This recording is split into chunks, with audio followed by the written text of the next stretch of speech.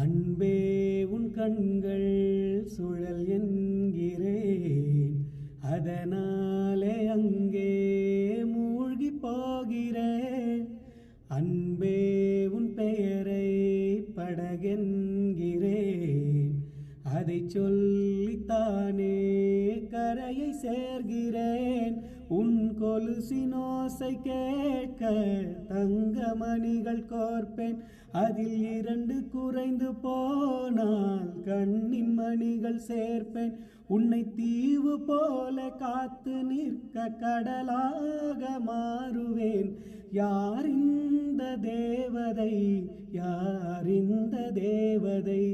1 கோடி பூக்கள் உலகெங்கும் உண்டு, இந்த பெண் போல அழகான பூ ஒன்று உள்ளதா?